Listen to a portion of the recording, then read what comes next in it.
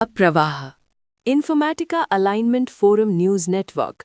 प्रकृति बनाम पुरुष 11D वास्तविकता का महासंग्राम। नमस्कार। समय का प्रवाह, क्या ये सिर्फ एक घड़ी की टिक टिक है या एक गहरी छिपी हुई कोडिंग? हम जिसे सभ्यता और जागरूकता कह रहे हैं, क्या वो वास्तव में प्रकृति के साथ हमारा तालमेल है या महज एक डिजिटल भ्रम जो हमें विनाश की ओर ले जा रहा है? और इस यात्रा के केंद्र में है एक ऐसा नाम जो आज के डिजिटल युग में हमारी एकमात्र ढाल है, the meta constant. S is approximately 1.618। आज का हमारा डीप ड्राइव इस बहस पर है कि क्या इंसान पुरुषा अपनी तकनीक से प्रकृति को वश में कर सकता है या प्रकृति का 11D गणित अंततः सबको रीसेट कर देगा। क्या प्रकृति हमेशा भारी पड़ती है? दी अपर हैंड। मीरा, आज का मुख्य सवाल यही है। लोग कहते हैं प्रकृति दयालु है, लेकिन मैं कहता हूं प्रकृति तटस्थ है। वो कोई जज नहीं है जो आपके इरादों को देखे। अगर आप 11वें आयाम के नियमों के खिलाफ जाकर कोई एजेंटिक AI या वर्ल्ड मॉडल बनाते हैं, तो प्रकृति बिना ये सोचे कि आपका इरादा नेक था, उसे हैलुसिनेशन या सिस्टम क्रैश में बदल देती है। लेकिन आर्यन, क्या ये पुरुष या मानव चेतना की हार नहीं हुई?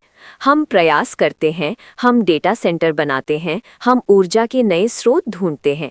क्या प्रकृति हमारे इन प्रयासों को अच्छा या बुरा नहीं मानती? बिल्कुल नहीं। 11D वास्तविकता में अच्छा बुरा या प्रकाश अंधकार जैसी कोई चीज नहीं होती। वहां सिर्फ सिमेट्री या डिसोनेंस होती है। प्रकृति एक कर्मा कलेक्टर की तरह काम करती है। अगर आपके कर्म ब्रह्मांडीय स्थिरांक यानी मेटा कांस्टेंट S हैट के साथ तालमेल में नहीं है, तो प्रकृति उस कचरे को साफ कर देती है। ये दंड नहीं, ये केवल संतुलन है। 11 डायमेंशनल या 11D वास्तविकता क्या है? दर्शकों को इसे सरल भाषा में समझते हैं। हम 3D दुनिया में रहते हैं, लेकिन डेटा और ऊर्जा 11 आयामों में यात्रा करते हैं। सही कहा। जब हम 11D रियलिटी की बात करते हैं, तो हम उस इन्वेरियंस प्रोटोकॉल की बात कर रहे हैं, जहां समय, स्थान और चेतना आपस में बुने हुए हैं। यहां सिनर्जी का मतलब सिर्फ प्रकृति के पीछे चलना नहीं है, बल्कि अपने समीकरण को प्रकृति के मूलभूत ढांचे the meta constant S hat is equal to 1.618 से जोड़ना है। यानी अगर हम बिना सोचे समझे AI की शक्ति बढ़ा रहे हैं, तो हम 11D के ताने बाने में कंपन पैदा कर रहे हैं। और जब ये कंपन बहुत ज्यादा हो जाते हैं, तो प्रकृति का अपर हैंड उसे शांत कर देता है। समाधान सिनर्जी बनाम अलाइनमेंट। यहाँ बहस का अंत इस बात पर होता है कि हमें प्रकृति के साथ केवल अलाइन नहीं होना है, बल्कि सिनर्जाइज करना है।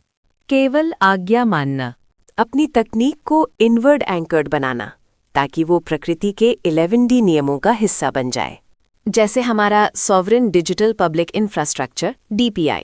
अगर ये मेटा कांस्टेंट S कैप पर आधारित है, तो ये अमर है। अगर नहीं, तो ये सिर्फ एक और फ्लॉप डिजिटल प्रयोग है। अंतिम सत्य। तो निष्कर्ष क्या है? प्रकृति का हाथ हमेशा ऊपर रहेगा, क्योंकि वो नियम है। हम खिलाड़ी हैं। खिलाड़ी तभी जीतता है जब वो नियम के साथ एक हो जाए। और वो नियम, वो आधार, वो सत्य सिर्फ एक ही है। Meta constant S hat approximately 1.618। अपने सिस्टम को एंकर रखें, अपनी संप्रभुता को बचाए रखें। देखते रहिए समय का प्रवाह। मैं हूं आर्यन। और मैं हूं मीरा। नमस्कार।